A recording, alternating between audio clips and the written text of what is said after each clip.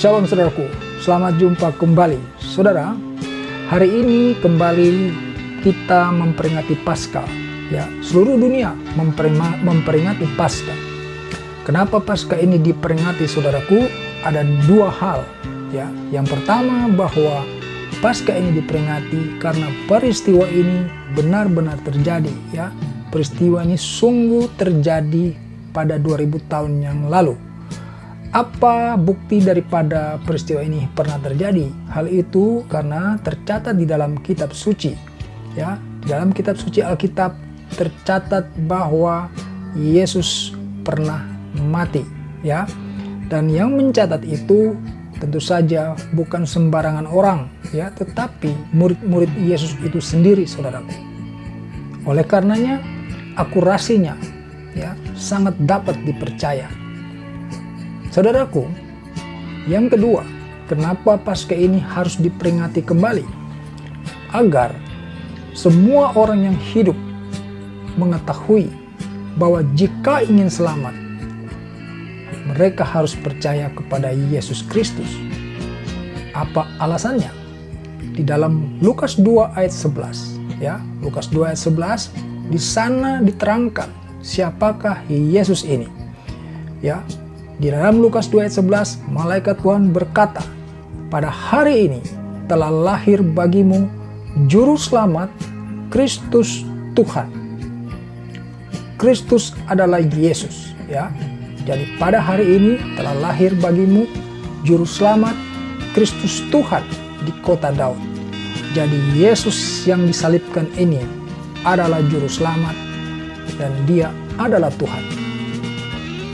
Dia memang disalibkan, saudaraku, ya, di hadapan banyak orang menyaksikan bahwa dia disalibkan, dia mati, tetapi pada hari yang ketiga, saudaraku, dia bangkit.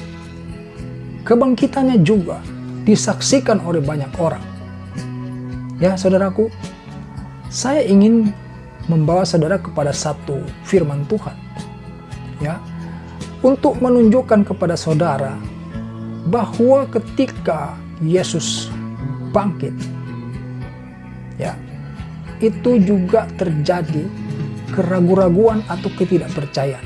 Sama persis dengan apa yang terjadi hari-hari ini. Saya mengetahui ada cukup banyak orang yang tidak mau percaya bahwa Yesus itu benar-benar disalibkan dan dia mati, kemudian di hari yang ketiga dia bangkit kembali. Ya. Nah, mari kita lihat saudaraku di dalam Markus 16 ayat 14 sampai 16, ya. Di dalam Markus 16 ayat 14 di sana dikatakan demikian. Akhirnya ia menampakkan diri kepada ke-11 orang itu, ya. Ia di sini tentu saja Yesus, ya.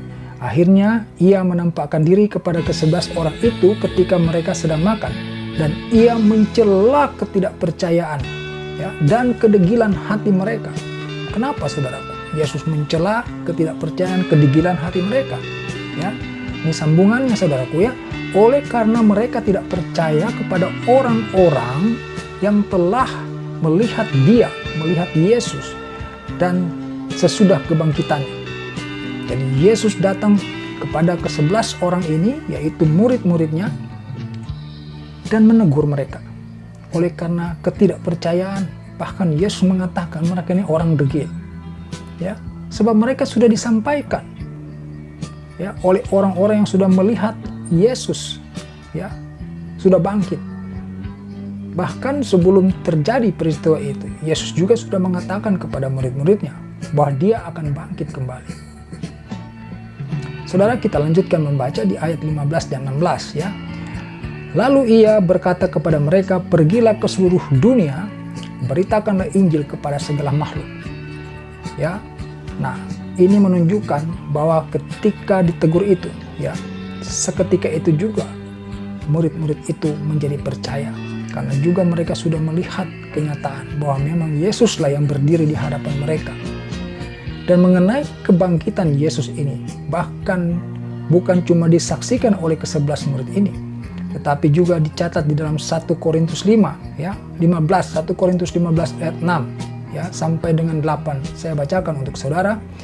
Sesudah itu ia menampakkan diri kepada lebih dari 500 orang, ya, sekaligus, lebih dari 500 orang sekaligus, saudaraku. Ya, kebanyakan dari mereka masih hidup sampai sekarang, tetapi beberapa di antaranya telah meninggal. Selanjutnya ia menampakkan diri kepada Yakobus, ya, kepada semua rasul, dan yang paling akhir dari semuanya, ia menampakkan diri juga kepada aku, sama seperti kepada anak yang baru lahir sebelum waktunya. Yang dimaksud di sini adalah Rasul Paulus. Jadi Rasul Paulus juga pada akhirnya ditemui oleh Yesus Kristus. Saudara, kalau tadi saya sudah membacakan kepada saudara di dalam Markus 16 ayat 15, di sana ada pesan Yesus, yaitu pergilah ke seluruh dunia, beritakanlah Injil kepada segala makhluk. Ini yang sedang saya beritakan, saudaraku. Injil itu adalah kabar baik, mengandung keselamatan. Ya, saudaraku, Yesus itu adalah Tuhan, dia adalah juru selamat. Kalau saudara menolak Yesus, ya, saudara menolak Yesus, kepada siapa lagi saudara akan memperoleh keselamatan?